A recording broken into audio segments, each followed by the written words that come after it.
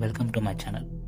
This story is about a woman named Blanche Monnier who experienced trauma and spent her life in a most painful way which a human should never experience.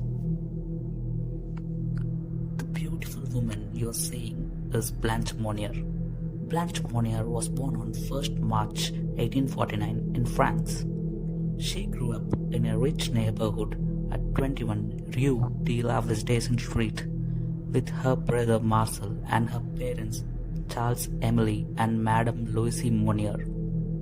She was renowned for her beauty and attracted many potential suitors for marriage. But by 1876, Monnier was 25 and still unmarried.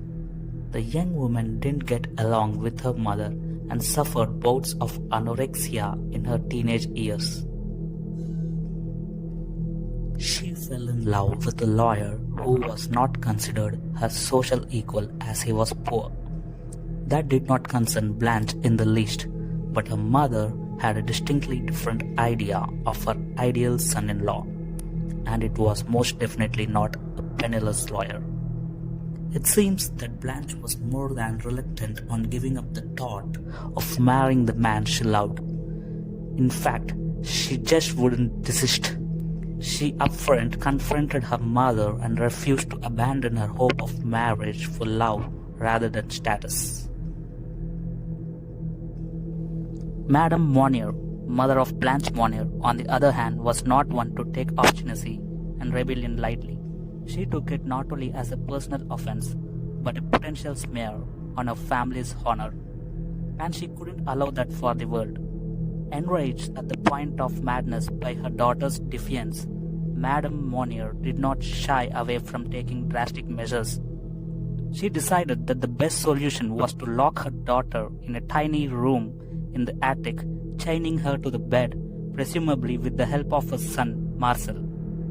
It's less than likely that a middle-aged woman could overpower a healthy 25-year-old by herself, so there's a little room for doubt that Blanche's brother helped with the execution of the heinous deed. Even if Marcel didn't help with the initial act of imprisonment itself, he did help keeping it a secret for the next 26 years. Yes, you heard that right. 26 long years of Blanche's life have passed in the confines of a cramped, stuffy, filthy, tiny room. But how did they manage to keep that gruesome secret hidden for so long without raising suspicion, without anyone asking questions about Blanche's whereabouts, is still a mystery. When authorities arrived at the Monnier house in 1901, it was clear that the family did not want them there, especially Madame Monnier. According to the crime wire, investigators had to force their way to home. At first glance, nothing seemed to be amiss. But upon further investigation, the police noticed a putrid odor coming from upstairs. The smell was the strongest at one door in particular, and the door was padlocked shut. The police broke into the room, unprepared for what lay within. The room was pitch black as its only window had been shuttered and covered with thick curtains. As light streamed in, authorities saw that the horrendous stench was partially due to the rotting scraps of food that littered the floor. But the odor was also coming from a decrepit bed in the room, where an emaciated woman lay.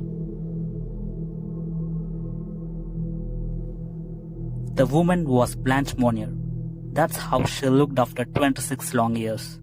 When the police officers broke into the room that day and opened the shuttered window, it was the first time Blanche Monnier had seen the sun in over 2 decades.